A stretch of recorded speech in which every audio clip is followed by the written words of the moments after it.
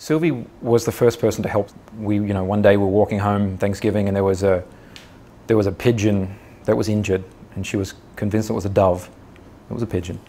And so we lived with this pigeon for 3 months to rehabilitate it until finally we found someone to take on a pigeon.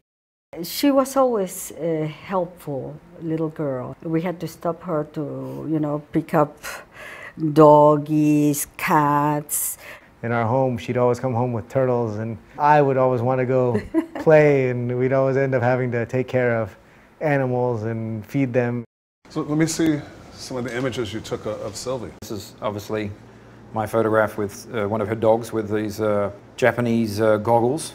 Is that Pepper? That is Pepper. She took them everywhere she went. She would take them to work. She would take them to restaurants and sit outside, even in the heat, because they weren't allowed in. She would travel with them, so they were her babies. The day of her death, and Heather testified to this, that she picked up a pigeon that had a broken wing, and she brought it into work.